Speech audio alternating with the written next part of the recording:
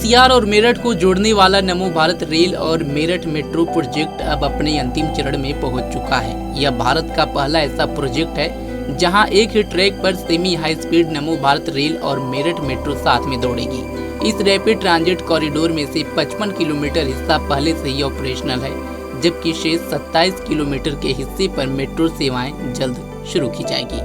इस प्रोजेक्ट के पूरा होने के बाद ट्रैफिक जाम और प्रदूषण कम होगा, साथ ही यात्रा सस्ती आरामदायक होगी। एनसीआर की कनेक्टिविटी को नया रूप मिलेगा, जिसको लेकर अब कॉरिडोर भी लगभग तैयार हो चुका है।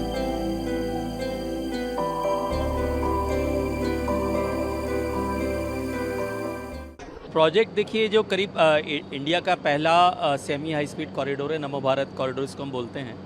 इसकी डिज़ाइन स्पीड 180 kmph है और इसकी ऑपरेशनल स्पीड 160 kmph है। और ये पूरा हमारा कॉरिडोर सराय काले खां से चालू होगा। सराय काले खां से लेकर मोदीपुरम तक जाना है और ये अभी 55 किलोमीटर्स ऑपरेशनल है और जो बाकी 27 किलोमीटर्स है वो फाइनल स्टेजेस ऑफ कंप्लीशन पे है। और हमारा प्रयास है कि जल्दी से उसको भी ऑपरेशनल हम कर सकें, जो भी जो पेंडिंग वर्क्स हैं, बचे हुए काम है, उसको हम ख़त्म कर सकें।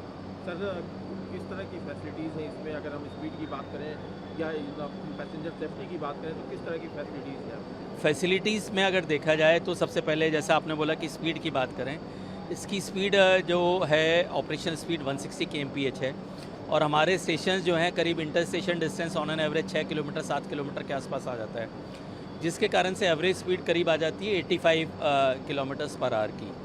और हमारा मकसद ये है कि अल्टीमेटली जो सराय काले खां से मोदीपुरम का सेक्शन है वो जो कि 82 किलोमीटर का है तकरीबन, उसको हम विद इन 1 आवर कवर कर सकें। तो उसके कारण से जो मोदीपुरम में भी जो लोग हमारे कम्यूटर्स जो रहते हैं, जो हमारी कॉमन पब्लिक है, वो मोदीपुरम में रह सकते हैं और दिल्ली रोज़ अपने नौकरी पेशा के लिए आ सकते हैं और स्टूडेंट्स भी आ सकते हैं। और अंदर पूरा एयर कंडीशन इसमें कोचेज़ हैं। सेफ़्टी की अगर बात करें, इसमें सेफ़्टी के लिए जो सबसे इम्पॉर्टेंट रहता है कि ट्रैक बहुत इम्पॉर्टेंट रहता है। जो ट्रैक का हम लोग का इसका बलास्टलेस ट्रैक है पूरा, एंड स्लैब वाला बलास्टलेस ट्रैक है जो कि हम लोगों ने यहाँ पे इंट्रोड्यूस किया।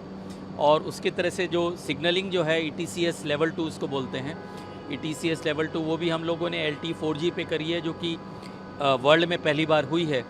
तो सिग्नलिंग सिस्टम अच्छा होने के कारण से ये है कि कोई भी एक्सीडेंट के चांसेस इसमें एवर्ट हो जाते हैं एंड ड्राइवर के लिए बहुत आसानी हो जाती है कि अगर कहीं पे भी वो ओवर स्पीडिंग करेगा या सिग्नल को ओवरलुक करता है तो उसमें ऑटोमेटिक ब्रेक्स होंगे।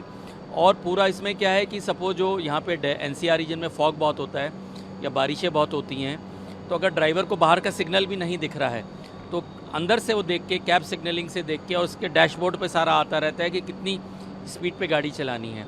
अगर कोई गाड़ी आगे है तो ऑटोमेटिकली उसकी स्पीड कम होती जाएगी।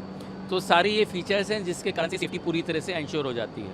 यमुना पार करना या जो रोड क्रॉसिंग्स होते हैं वो बहुत मुश्किल होते हैं, क्योंकि आपको चलते हुए ट्रैफिक को आपको डाइवर्ट करना और चलते हुए ट्रैफिक में इसको इंश्योर करना, सारी सेफ्टी इंश्योर करना, जो सड़क के हमारे जो पब्लिक चल रही है उनका इंश्योर करना, अपने खुद के जो स्टाफ काम कर रहा है, कॉन्ट्रैक्टर्स का स्टाफ कर रहा है, लेकिन with coordination of all the local agencies I think we could do it. And hats off to everyone including our contractors. Our contractors also have done a wonderful job. I must appreciate सब लोगों को, जो कि जिनके सब लोग एक साथ चल के एक टीम वर्किंग के कारण से हम लोग ये सब अचीव कर पाए। और उसमें सेंट्रल गवर्नमेंट, स्टेट गवर्नमेंट्स का हमें पूरी तरह से सहयोग हर स्टेज पे मिला है। भारतीय रेल मेरे ख्याल से एक बहुत अच्छा काम कर रही है, कमेंडेबल सर्विस कर रही है। और मेरा तो ये मानना है कि भारतीय रेल हो, चाहे मेट्रो हो, चाहे NCRTC हो, चाहे जो भी डिफरेंट मोड्स ऑफ ट्रांसपोर्ट है, कंट्री को सारे चीज़ चाहिए एंड पूरा एक इंटीग्रेटेड प्लानिंग के रूप में हम लोग कर रहे हैं। जैसे कि अगर आप देखें, आनंद विहार में हम लोगों ने इंडियन रेलवे से और दिल्ली मेट्रो से इंटीग्रेट करने की कोशिश करी है। उसी तरह से सराय काले खां में हमने निज़ामुद्दीन रेलवे स्टेशन से और दिल्ली मेट्रो की लाइन से इंटीग्रेट करने की कोशिश करी है। और साथ साथ जो बस स्टैंड्स हैं, ISBT हैं, या जो इंटर स्टेट के साथ साथ जो विद इन द स्टेट के जो बस स्टैंड्स हैं, उनके साथ इंटीग्रेट करने की कोशिश करी है, जिससे कि हम लोग कॉमन भाषा में मल्टी मॉडल इंटीग्रेशन भी बोल देते हैं और पब्लिक एक मोड ऑफ ट्रांसपोर्ट से दूसरे मोड ऑफ ट्रांसपोर्ट में जा सके। तो मेरे हिसाब से तो सारे मोड्स ऑफ ट्रांसपोर्ट बहुत ज़रूरी हैं और सारे मोड्स ऑफ ट्रांसपोर्ट एक बहुत अच्छा काम कर रहे हैं। एंड फ़र्क कुछ नहीं है, किसी में स्पीड का फ़र्क है, बैठने का फ़र्क है, बट सबका मकसद ये है कि कम्यूटर्स को हम कैसे हर तरह से सुविधा प्रदान कर सकते हैं। यहाँ पे जो हम लोगों ने बहुत सारे कठिनाइयाँ यहाँ पे हम लोगों ने देखी, उससे कुछ सीखा, बहुत कुछ लर्निंग्स रही। उन लर्निंग से हम लोग कोशिश, हमारा प्रयास ये रहेगा कि हमारे 2 कॉरिडोर्स जो कि उम्मीद है हमें सैंक्शन होने की, जब हो जाते हैं तो वहाँ पे जब हम काम करेंगे तो ये सारी जो भी यहाँ पे लर्निंग्स रही हैं वहाँ पे इम्प्लीमेंट करने की हम लोग कोशिश करेंगे, जिससे कि जो कठिनाइयाँ यहाँ पे हमने देखी हैं वो वहाँ पे कम तरह से कठिनाइयाँ उत्पन्न हों।